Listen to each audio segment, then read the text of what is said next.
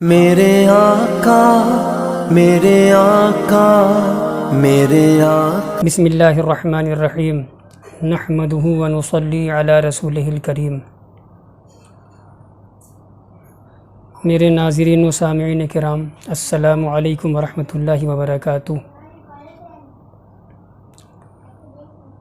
توبہ کے متعلق کچھ باتیں عرض ہیں۔ انبیاء کرام علیہم السلام، رسولان اعظام علیہم السلام معصوم ہوتے ہیں۔ انبیاء و مرسلین گناہوں سے معصوم ہوتے ہیں، وہ گناہ نہیں کر سکتے۔ یہ اسلامی عقیدہ ہے۔ انبیاء و مرسلین کے علاوہ جتنے بھی انسان ہیں ان سے گناہ کے صدور کا امکان ہے، وہ گناہ کر سکتے ہیں۔ یہ اور بات ہے کہ اللہ تبارک و تعالیٰ اپنے محبوب بندوں کو، اپنے مخصوص بندوں کو اپنی رحمت سے بچائے رہتا ہے، بچائے رکھتا ہے، محفوظ رکھتا ہے۔ محفوظین ہوتے ہیں، معصومین نہیں ہوتے وہ۔ اور فرشتے تو ان کی بات ہی الگ ہے، وہ معصوم ہوتے ہیں۔ تو انسانوں کی جماعت میں انبیاء و مرسلین علیہم السلام یہ معصوم ہوتے ہیں، اور ان کے نیچے آ جائیے تو گناہ ہو سکتا ہے۔ اللہ تبارک و تعالیٰ کی مشیت، اس کی رحمت شامل حال ہوتی ہے۔ جو جیسا ہوتا ہے اپنے آپ کو ویسے ہی قرب الہی کے دائرے میں رکھنا چاہتا ہے، عبادت کرتا ہے، ریاضت کرتا ہے، وظیفہ پڑھتا ہے، وغیرہ وغیرہ۔ تو بہرحال توبہ کا قرآن پاک میں حکم ہے۔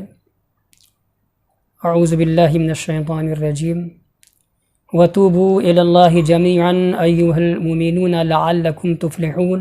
اللہ پاک فرماتا ہے،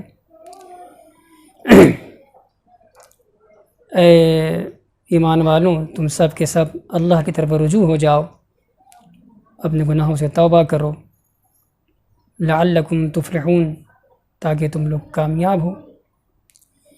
دوسری آیت میں ہے، یا ایھا الذین آمنوا توبوا الی اللہ توبۃ نصوحا۔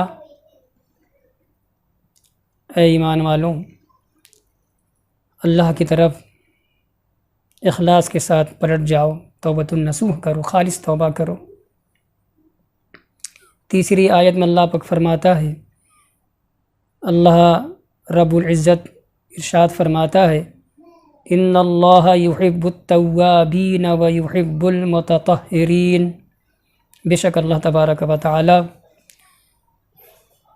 توبہ کرنے والوں کو اور پاک صاف رہنے والوں کو پسند فرماتا ہے۔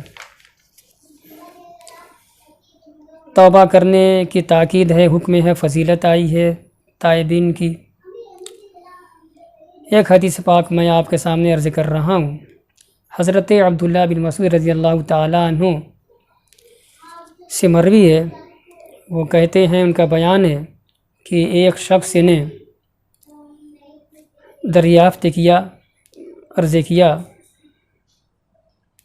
انہی سے کہا، صحابی رسول حضرت عبداللہ بن مسعود رضی اللہ تعالیٰ عنہ سے ایک آدمی نے کہا کہ حضرت، میں بڑا گنہگار ہوں اور گناہ کر کے میں شرمندہ ہوں، میرے لیے توبہ ہے؟ صحابی رسول نے منہ پھیر لیا۔ جب وہ دوبارہ اس شخص کی طرف دیکھا تو خود صحابی رسول کی آنکھوں سے آنسو جاری تھے۔ فرمایا کہ جنت کے 8 دروازے ہیں۔ صحابی رسول نے فرمایا اس شخص سے کہ اے شخص، جنت کے 8 دروازے ہیں، جو کھولے بھی جاتے ہیں، بندے بھی کیے جاتے ہیں، سوائے ایک دروازہ کے کبھی بند نہیں کیا جاتا ہے، وہ کبھی بند نہیں کیا جاتا ہے، اور اس دروازے کا نام ہے باب التوبہ۔ باب توبہ کے علاوہ سارے دروازے کھولے جاتے ہیں، بند کیے جاتے ہیں، مگر باب التوبہ توبہ کا دروازہ جنت کا ہمیشہ کھلا رہتا ہے، ہر پل کھلا رہتا ہے۔ اور ایک فرشتہ اسی پر مامور ہوتا ہے کہ وہ اللہ تبارک و تعالیٰ کی بارگاہ میں بندے کی توبہ پیش کرے، جبکہ اللہ تبارک و تعالیٰ خود علیم ہے، بصیر ہے، خبیر ہے۔ چنانچہ یہ شخص عمل کرتا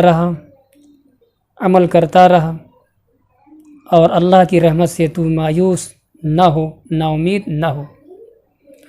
ایک دوسری روایت میں ہے کہ بنی اسرائیل کا ایک جوان تھا، 20 سال تک متواتر مسلسل اس نے اللہ کی عبادت کی، پھر 20 سال گناہوں میں گزار دیے۔